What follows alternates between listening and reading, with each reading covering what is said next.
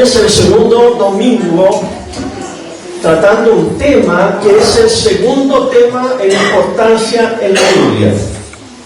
El primer tema obviamente es Dios, pero el segundo tema que más se repite en las Sagradas Escrituras es el tema el dinero. Y nosotros respondemos tan bien que estábamos. Nos gusta hablar de Dios, nos gusta hablar de su amor, de su misericordia, pero cuando nos toca en el bolsillo, ahí sí que, como decía mi papá, estrilamos, nos quejamos. Bueno, pero como somos cristianos y estamos aquí con un propósito, queremos saber lo que Dios nos dice. La semana pasada vimos lo que Moisés en el Pentateuco nos dijo acerca del dinero. Hoy vamos a avanzar en el Antiguo Testamento a los profetas y vamos a ver hoy lo que los profetas dicen acerca del dinero.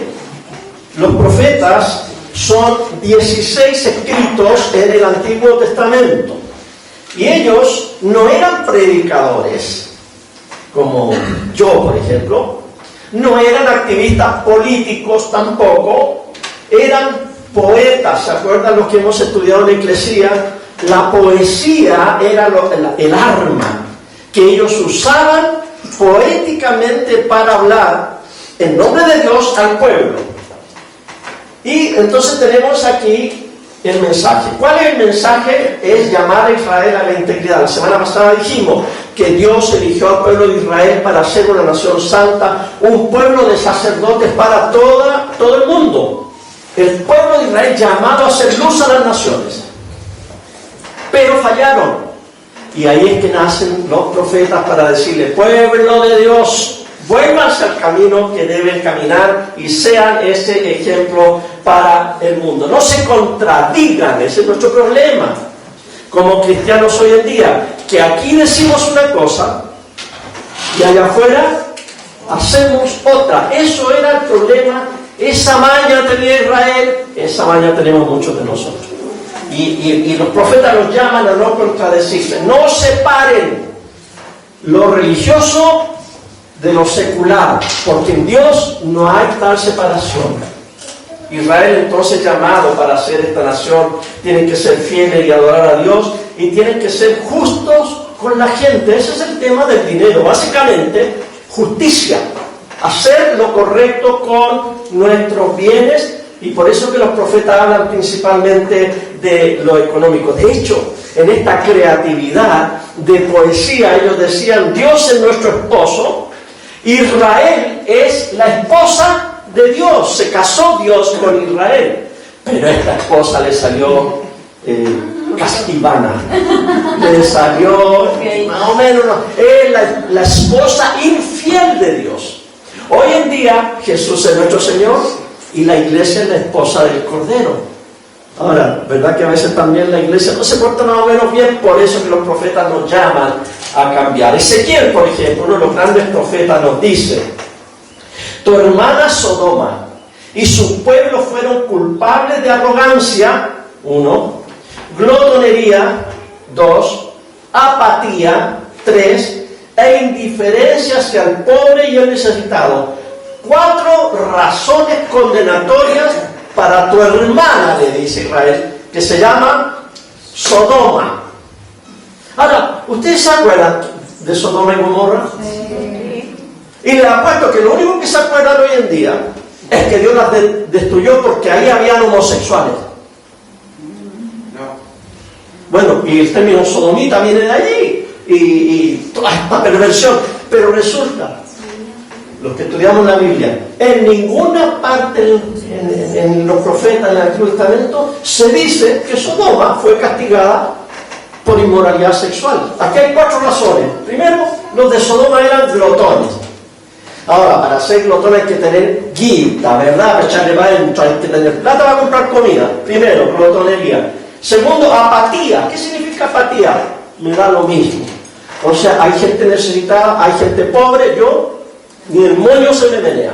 Apatía. Tercero, arrogancia. No, esa era la primera, perdón. Bueno, ahí ustedes las mezclan. Arrogancia. ¿Quién es más arrogante? ¿El que tiene o el que no tiene?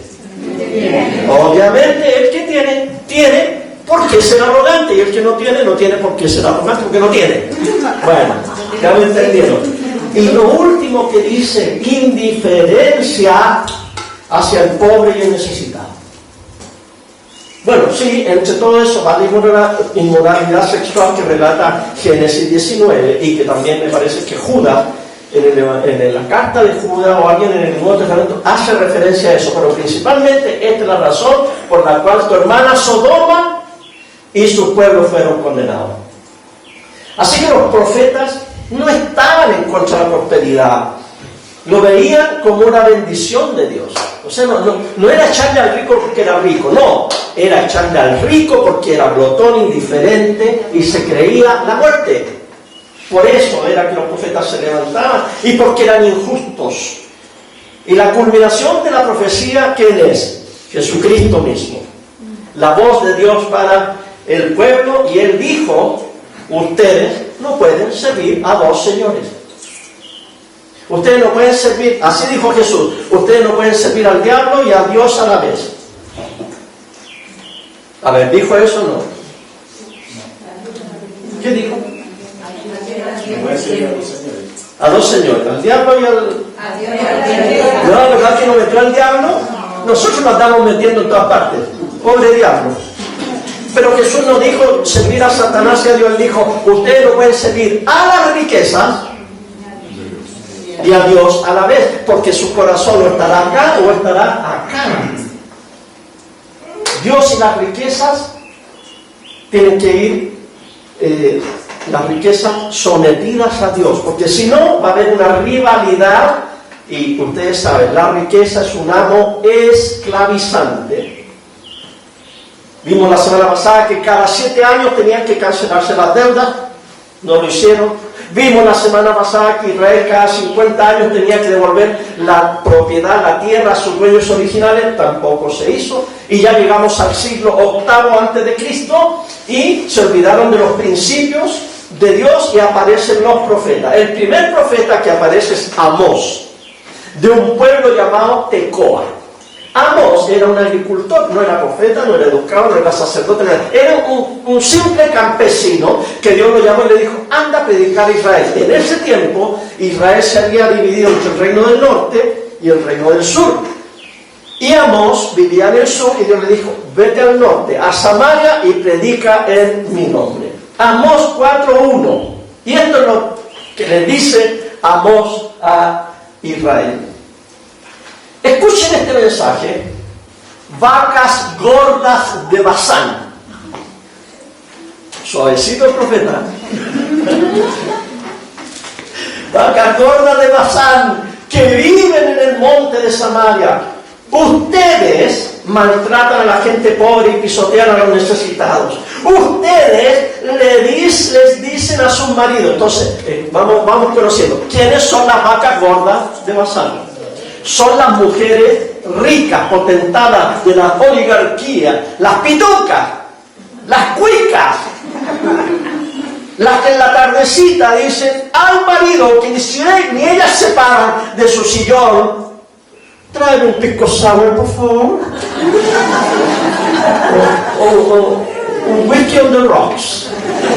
O sea, pues ellos no van a tomar terremoto, esas cosas, terremoto, ellas no. Le dicen a sus maridos, un trago, por favor.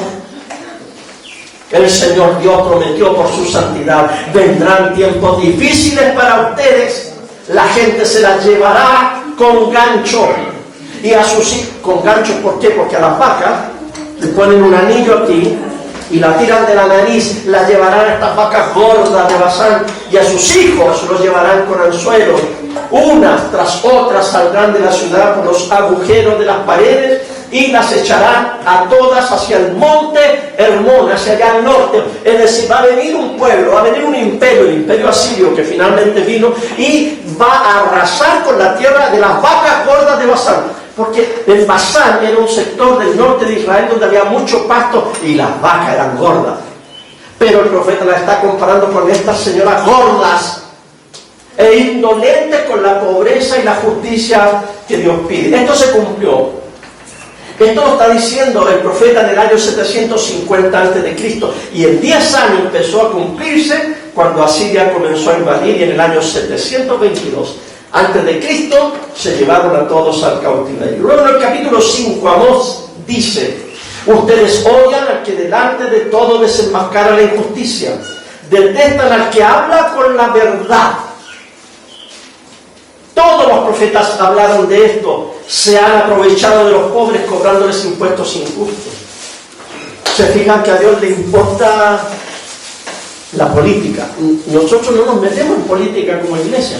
Eso no quiere decir que no tengamos opinión, y no quiere decir que no hayan políticos cristianos que quieran hacer algo bueno por la nación. Los hay. Pero aquí Dios nos está diciendo que hay algunos que detestan a los que hablan con la verdad. Cuando alguien quiere decir la verdad, en el Congreso, en el gobierno, en la municipalidad, no falta que le pegue el codazo: estate callado, no abráis la boca.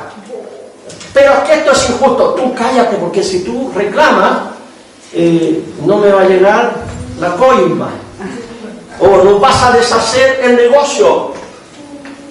Y luego dice abajo: cobrándoles impuestos, ¿dónde estamos? Cobrándoles impuestos injustos. Eso quiere decir que a Dios sí le interesa la reforma tributaria. Sí le interesa. Porque Dios quiere que sus sociedades se manejen bien, pero con impuestos justos, no injustos. Luego sigue diciendo: con su mal proceder han logrado construir casas lujosas, pero no podrán vivir en ellas. Han plantado hermosos viñedos, pero no podrán beber su vino. Yo sé cuántas faltas han cometido y sé lo terrible que son sus pecados.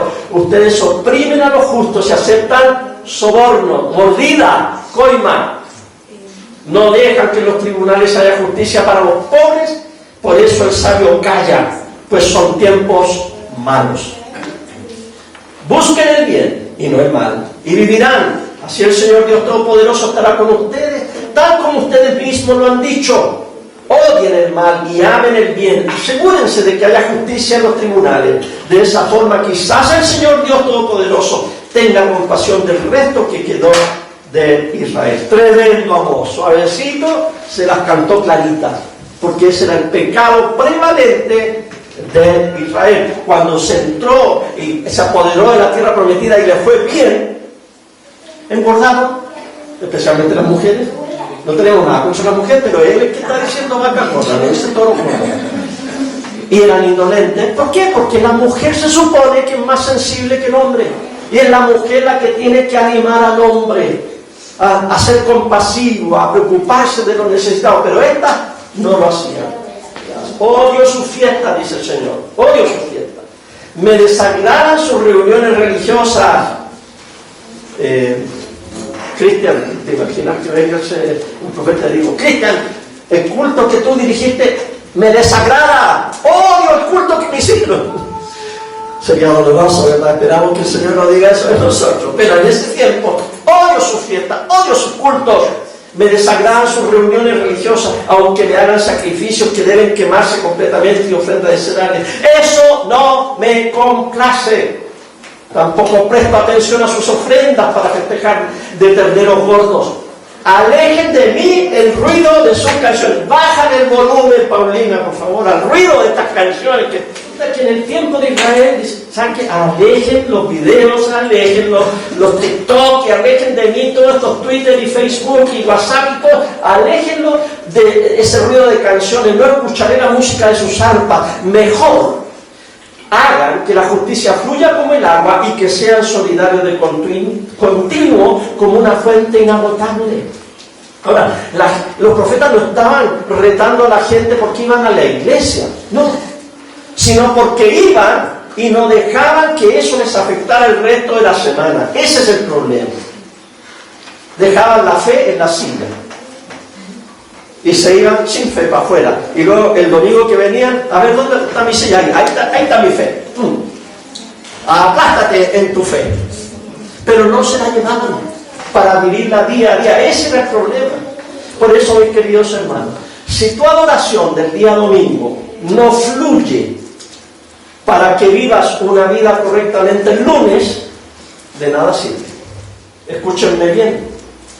Ustedes que se aprovechan de los necesitados y arruinan a los pobres del país.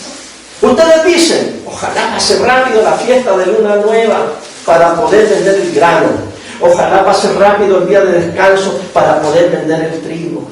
Ojalá pase luego la cuaresma para poder vender carne. Ojalá llegue luego el Viernes Santo para poder vender pescado y subirle el precio. Ojalá todo esto religioso deje de existir para que yo gane plata. Vamos a alterar las medidas, aumentar los precios, falsear las pesas y así estafar a los compradores. Compraremos a los pobres por un poco de dinero y a los necesitados a cambio de un par de sandalias. También vamos a vender hasta los desechos del trigo. El culto entonces para el Israel antiguo era una interrupción en su deseo de hacer dinero y explotar. El sábado, pucha, tengo que descansar el sábado. Tan bien que estaba yendo bien en el negocio, estaba vendiendo harto y me dicen que el sábado tengo que cerrar. Entonces me interrumpen. O el domingo, en el caso de los cristianos. Pucha, yo hoy día podía estar haciendo plata, pues, tenía un negocito, tenía un trabajo, pero aquí me interrumpieron. Así dicen los profetas del Antiguo Testamento. Estas son palabras del Señor. Llegarán días en que no habrán terminado de cosechar cuando ya estarán sembrando. Mire, pero este último poema, porque este poema les habla al rey y dice, ya, se portan mal, ustedes son como la mona, no me siguen, dice Dios, pero si ustedes se arrepienten, yo los voy a bendecir. Y miren lo que les va a pasar. Último poema de este profeta, dice, mirando al futuro, estas son palabras del Señor, llegarán días en que no habrán terminado de cosechar cuando ya estarán sembrando. No habrán terminado de pisar las uvas cuando ya estarán sembrando. De los montes y las colinas bajarán manantiales de vino. Yo restauraré la prosperidad de mi pueblo Israel. Ellos volverán a construir ciudades y vivirán allí. Plantarán viñedos y beberán su vino. Sembrarán huertos y comerán sus frutos. Plantaré a mi pueblo en su tierra y nunca más serán desterrados de la tierra que les di. Es lo que dice el Señor su Dios. Amén. Amén. Gloria a Dios. Esa es la promesa de Dios. Dios no está en contra de la prosperidad. Dios no está en contra de que te vaya bien, de que tengas buen auto, buena casa, que reloj y qué sé yo, que te lo compres en la feria, el reloj pero se ve bonito. No importa. No importa. A lo que Dios sí le interesa es que cierres tu corazón y idolatres tus posesiones. Eso es lo que dicen los profetas. Ahora vamos a ir a otro profeta, Isaías, capítulo 3. Él profetiza ahora a Judá. ¿Cuántos de ustedes estudiaron Isaías conmigo en la iglesia? Levanten la mano. Hay varios, miren, la mitad, un tercio. Comienzan otra vez las clases en marzo, ¿ok? Para que nos inscribamos y sigamos estudiando la Biblia. ¿Se acuerdan que yo les dije que Isaías comenzaba como un juicio con un juez que llamaba a Israel al juzgado y ahí comenzaba el juicio? Miren, aquí dice él. El Señor entabla un juicio contra los ancianos líderes y contra los gobernantes de su pueblo. Ustedes han consumido la viña y se han llevado para su casa las posesiones del pobre. ¿Por qué le hacen daño a mi pueblo y pisotean a los pobres? Todo esto es lo que dice el Señor Dios Todopoderoso.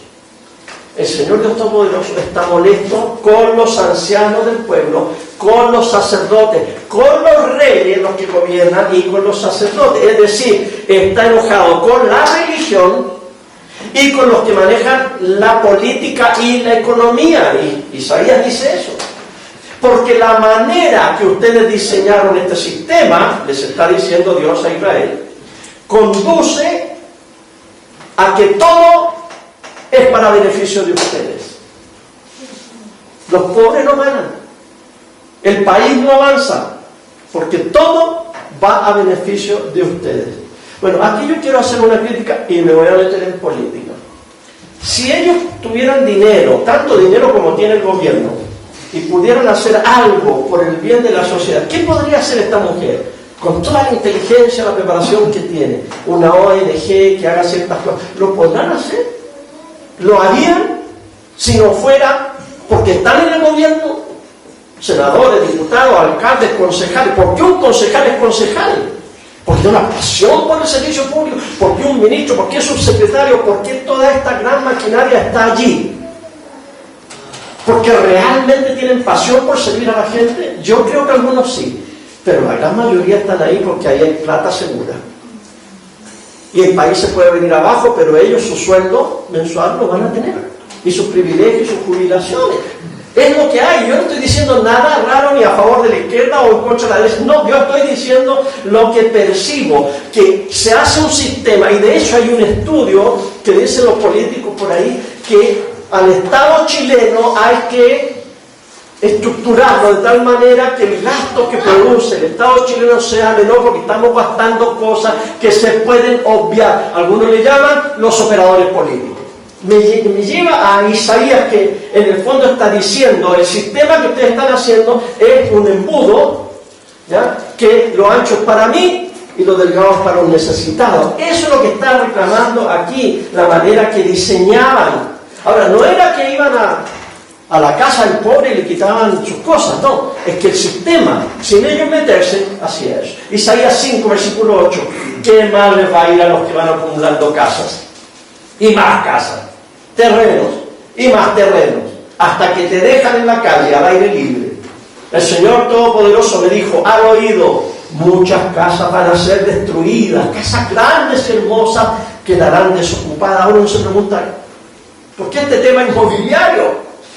Porque la gente pierde su casa. ¿Por qué? Por causa de las deudas. Hay circunstancias en la vida que se llama bancarrota.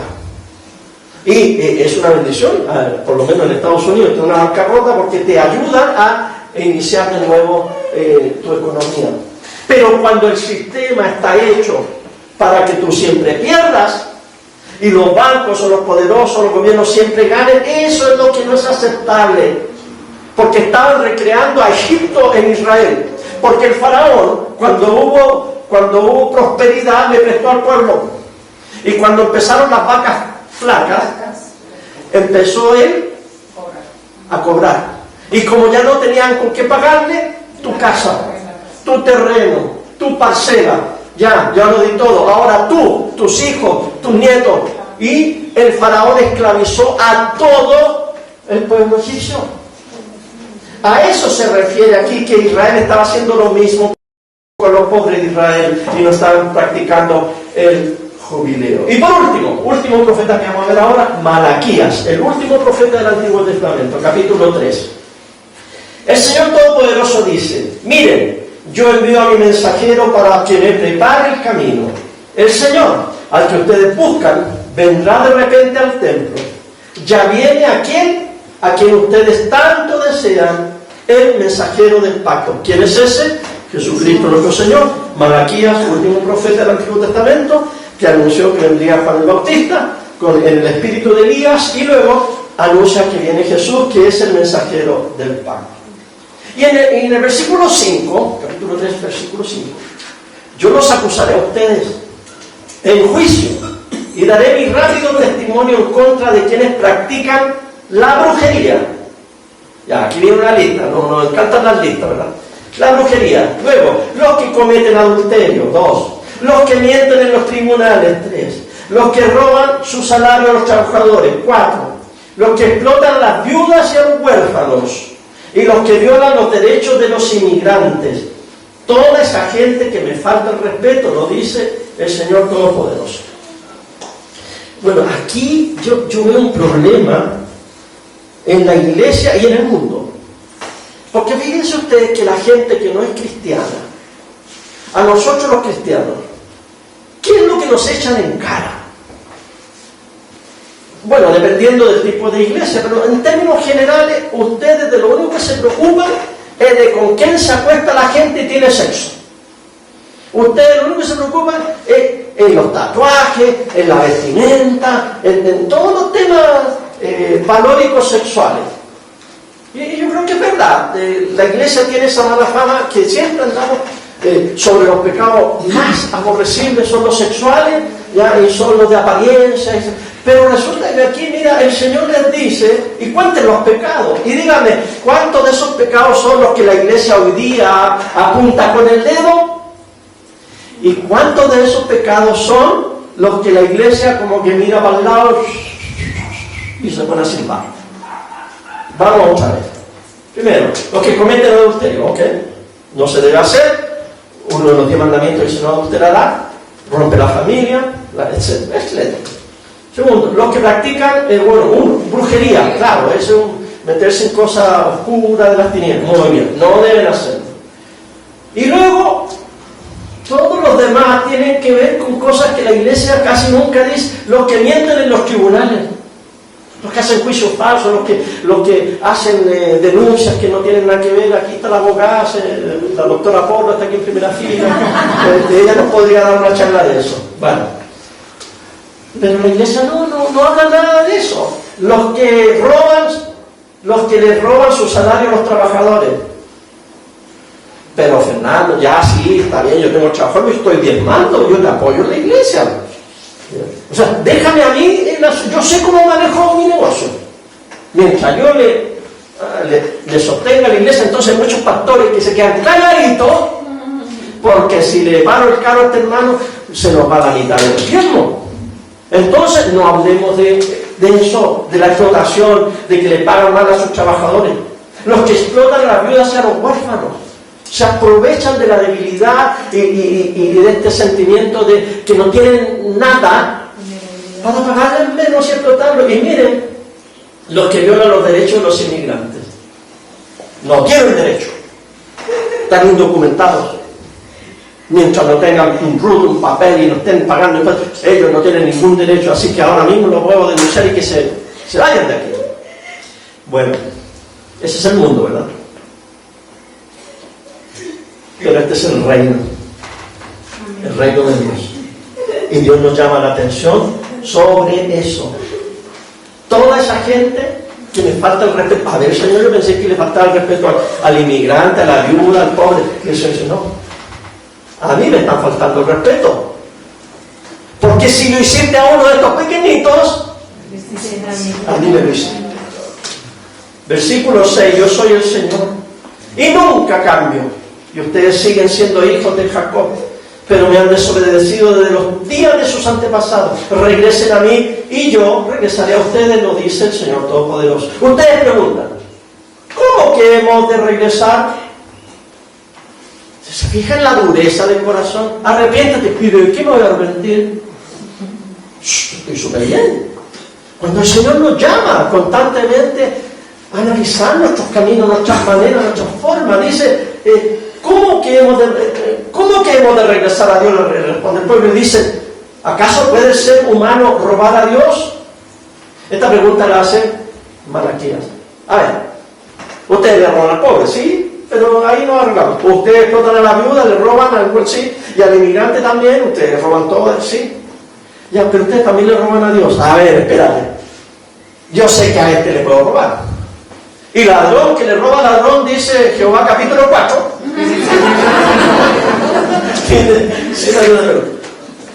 Pero ¿cómo le vamos a poder robar a Dios? Y Dios dice: pues ustedes le están robando. Y todavía preguntan: ¿en qué le hemos robado? Respuesta: en los diezmos y en las ofrendas. La nación entera me está robando, y por eso cae una maldición sobre todos ustedes. Otra vez los profetas nos hablan de nuestra generosidad hacia Dios. ¿Por qué diezmamos los cristianos? ¿Por qué damos ofrenda a los cristianos? Por lo que vimos la semana pasada, que el diezmo lo cobraban los dueños de la tierra. Soy dueño de esta parcela, alguien viene y me la trabaja, y a mí, por ser dueño de la parcela, me tienes que dar el 10% de todo lo que produce la parcela. Trato hecho, trato hecho. Llega Israel a la tierra prometida, se apoderan de toda la tierra prometida, y a cada uno le dan una parcela, y entonces el israelita dice: esta parcela es mía. Esta parcela es mía, por lo tanto yo no tengo que diezmarle a nadie. Y Dios le dice: momentito, si bien es cierto tú tienes el título de la parcela, la tierra es mía, por lo tanto considera que yo soy el dueño de la tierra, me das a mí el diezmo. Y entonces el israelita, sí señor, entonces es así, yo te lo doy porque yo al dar el diezmo reconozco que tú eres el dueño. Por eso que los cristianos damos el diezmo, porque nosotros, yo no digo este auto es mío, yo no digo esta casa es mía, yo no digo este trabajo me lo gané yo, este título yo me saqué la mugre y yo tengo este título. No, si tú lo dices, entonces no diezmes nada, porque todo es tuyo. O cuando te sientas a la mesa esta comida, yo la hice, yo fui al supermercado, yo compré, yo me saqué la mugre, yo recibí mi sueldo, yo compré, entonces gracias a mí, gracias por este alimento que me doy hoy. Está bien, tienes derecho.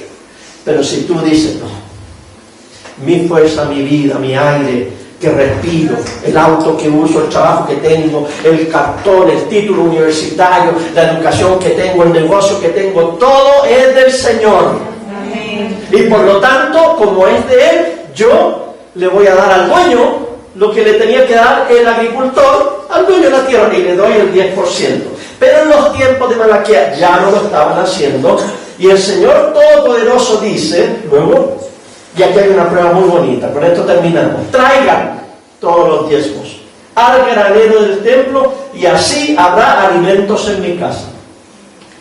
Y yo creo que una de las pocas veces, quizás la única vez, en que Dios nos desafía. Pónganme a prueba. Hagamos un trato. A ver, ya Señor, ¿cuál es el trato? Vean si no abro las ventanas del cielo para derramar sobre ustedes una lluvia de bendiciones hasta que les sobre de todo. ¿Really? ¿En serio, Señor? ¿Me estás desafiando? Sí. ¿Y cuál es el desafío? Traigan sus diezmos, traigan sus ofrendas a la casa del Señor, y van a ver que les voy a abrir la ventana del cielo y les voy a chorrear, no solamente para que ustedes tengan, sino para que les sobre. Les voy a dar un consejo que escuché el 8 días y lo estoy meditando muy bien. Uno que dijo, un especialista dijo, si cuando tú te mueras te sobra plata, hiciste mal los cálculos. Hiciste mal los cálculos. Entonces uno dice, bueno, pero si es el... No decía. Disfruta ahora, gástalo ahora. Invierte en los pobres, invierte en la iglesia, destina para allá, destina para acá, date un buen viaje. Mire, hoy día estoy bien envidioso, pero en el nombre del Señor, porque me mostraron una foto de una miembro de la iglesia que no voy a decir quién es, por la Patagonia, por el mar, en un crucero dando la vuelta, así. No crean que esa persona se compró y se fue bien. Fue su papá. Porque su papá está haciéndole caso a este consejo. Le ha ido muy bien en la vida. ¿Y qué está haciendo? Invirtiendo en sus hijos, en sus nietos, en sus bisnietos. Está disfrutando. Ahora, si esa persona tuviera un compromiso con el Señor, ya tendríamos la terraza hecha y estaríamos comenzando el templo nuevo que está esperando allí, ¿verdad? Entonces, queridos, tenemos dinero que nos ha dado, algunos están comenzando, pero cuando lleguen a la edad nuestra, van a tener plata en el banco, van a tener para jubilación. Ojalá que la reforma tributaria y la reforma previsional nos dé dos, pero al final, a la edad nuestra, va a haber algo para disfrutar. Y si lo dejo, como decía mi abuelo, ¿para qué dejo? Mi abuelo no dejó nada. ¿Para qué dejo? ¿Para que se peleen mis hijos? Entonces, ¿qué es lo que hizo mi abuelo? Toda la plata que tenía la compró y ponía iglesias. Comprar el terreno, ya ahí está la iglesia, el terreno empiecen a construir.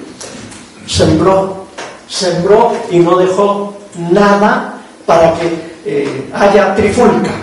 Por eso que me desvió un poquito del tema, ¿verdad? Bueno, el tema. El punto que el Señor dice, pruébenme, les voy a dar para que ustedes tengan en abundancia, puedan salir, puedan disfrutar, y que ustedes les voy a dar hasta que les sobre. Pero cuando se mueran, que no les sobre, porque si les sobra, hicieron mal los cálculos. Antes que se mueran, por favor, firmen ahí algo para que construyamos el templo. Algo. Dice aquí el Señor, todas las naciones hablarán bien de ustedes, porque ustedes tendrán un país hermoso. Lo dice el Señor Todopoderoso. Toda la gente hablará bien de ustedes, porque va a decir, desde que se hizo cristiano le fue bien. ordenó su vida, salió de los vicios, ordenó sus finanzas, salió de sus deudas, educó a sus hijos, bendijo a sus nietos, fue líder de la iglesia, se comprometió y al final lo poco y nada que le quedaba lo repartió y se fue para el cielo como un avión a chorro. Y la gente dirá, esa vida quisiera vivir yo. Esa vida quisiera vivir yo. Entonces él dice, te desafío, hazlo. Y verás cómo voy a derramar sobre ti bendiciones hasta que sobreabunde. El próximo domingo vamos a hablar de Jesús y de lo que Jesús tiene que decir.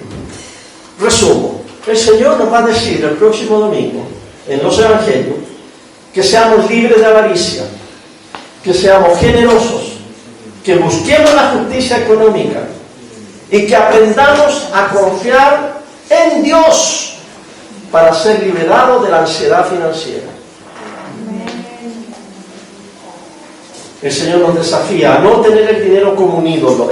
El dinero es una herramienta, punto. Lo que tú hagas lo hace malo o bueno, o lo transformas en un ídolo, que sea, pero si lo usas como una herramienta al servicio del Señor, es lo correcto. Y Dios nos promete que Él nos va a cuidar. Amén. Gracias por tu palabra, Señor. Gracias por Malaquías, que nos dice que si nosotros somos fieles, no faltará alimento en mi casa. Y aquí en esta mesa, Señor, tenemos alimento. Alimento que nunca ha faltado. Porque este alimento ha nutrido a cientos, a miles de personas. El pan y el vino. Gracias, Señor, porque cada domingo nos traes aquí para comer del pan, para beber de esta copa. Y gracias porque tú has provisto. En términos nutricionales, este centímetro cuadrado de pancito y estos mililitros de jugo de uva no nos harán mucho beneficio. Pero en términos espirituales, Señor, es como que tú abrieras las ventanas de los cielos y derramaras sobre nosotros bendición hasta que sobreabunda.